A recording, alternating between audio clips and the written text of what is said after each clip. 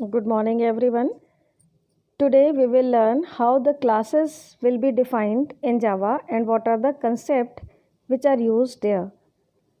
So, the first, what is the class? It is the user defined composite data type which is created by the user or which is defined by the user. That is why it is called user defined derived data type. It is made up of primitive types like we can use float, char, boolean. So inside the class we will use the primitive types and it is given by us, so that is also called user defined data type. Then the need, why we need the classes. So when the logically related items are kept together or we need to keep them together at any one place, we use the classes. Like we can see the date of birth is the example where three things are combined together: date part of the month, then month part, and this lastly the year part. So whenever we are talking about the dates, we write three things. Month can be written in two ways, either the name of month or the number of month. So it is the purpose, it is the format which is used in different ways of writing dates in many applications. So this is the way which we are using for making the class, and it is the logical data which is combined at one place that will be processed later for many purposes. So for combining all these three parts together, we have to make its class date. Then next is, what is the difference between class and application. In next coming slides we will be also knowing that how the classes are derived. But what is class and what is an application? We know that for execution of any program there must be one function main, or this main method is compulsory, without which we cannot execute our program. So the class, everything in Java is considered as in form of classes. So when we are making the classes, the class can be used as simply it is a class or it is an application. When it is an application, it must contain the main method, or when it is a class, it is not necessary that every class contain main method. Object of classes can be declared, can be used inside the applications for execution of program. Then we will learn how to declare a class. For declaring a class, we will write the first keyword, which is a class. This keyword is used to declare any class. After that we can write any class name that is user defined. That means it is any variable, any identifier, a valid identifier which can be used for giving name of the class. Then whatever characteristics that class will contain will be declared through these data variables. So these data type is written before every variable, and all those variables can be kept together inside the class. After those variables, the methods, behavior of those objects of class will be defined by writing the method definition or the functions writing for that class. Okay, this is the general syntax for declaring classes. We will see the example. See, the class keyword were given with different colors. Then if we write this class book is what? And name of any identifier, user defined name, user can give any valid name here. Then these are the data members or variable. What are the data members? Book number, author name, and price, as these are the characteristics of any particular type of book. And then what will be the behavior of book? Behavior means why we are using book, how they are using, what are the use of books.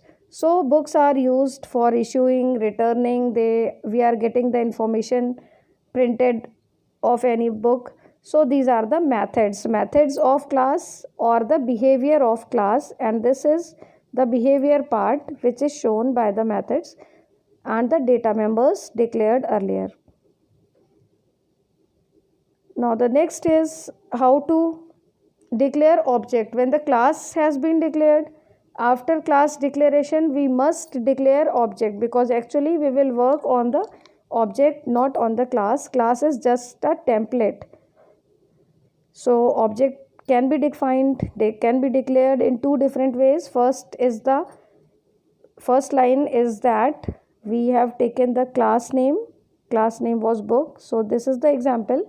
Here the memory will be allocated at the time of compilation of program, because we have declared the program. But we know the dynamic memory allocation new operator that is used for allocating memory at the time of program run or runtime. So this is another method using which we have declared the object. Here book CS is the name of object, new dynamic allocation operator, and the class name will be written to make object CS of this class book. So these two methods we can use for declaring objects. Then when the object will be declared, how these objects will be used to access the members of object. Dot operator will be used to access any member of the object, whether it is data member or it is method. See syntax for using members of the class: object dot variable or object dot method. CS, if CS is the object and price was the member, then CS dot price will be used to access the variable price, and CS dot issue method name will be used to access the method issue of the same class.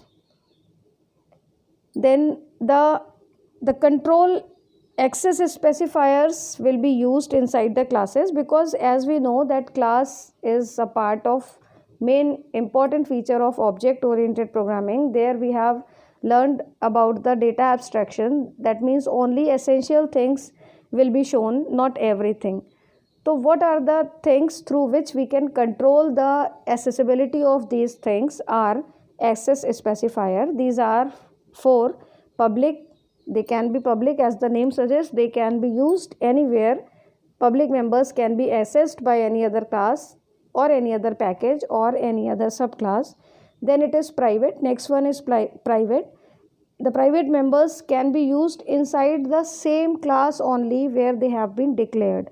They cannot be used like in its subclasses or in any other package or in any other class which is there in the same package. Then protected and package. Protected means this protected keyword is used only, or you can understand this only when the inheritance chapter we will cover.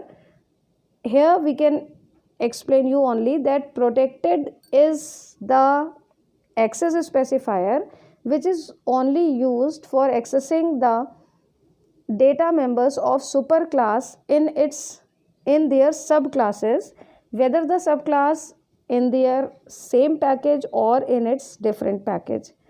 Now the last one is package. It is default. By default, if we do not write any variable, any specific keyword of private, public and protected, that means it is having the access specifier package, in which the data member or function can be used in the same class or in the same package, means it cannot be used in another package.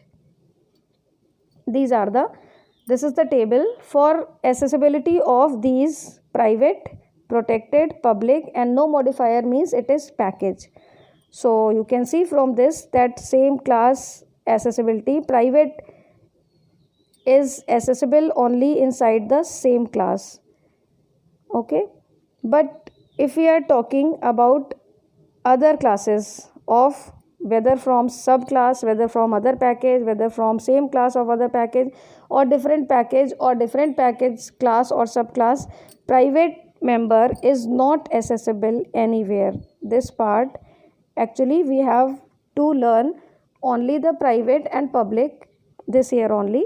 So you learn about this only. The private members of the class is accessible only inside the class, not anywhere else. Then we will come to this public portion. This public, see only the last part.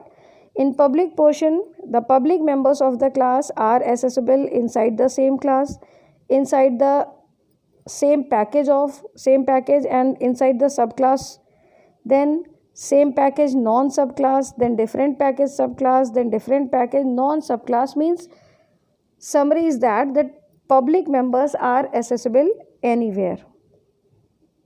Let us see by this example. This is the class. I have taken marks as private, then string name as public.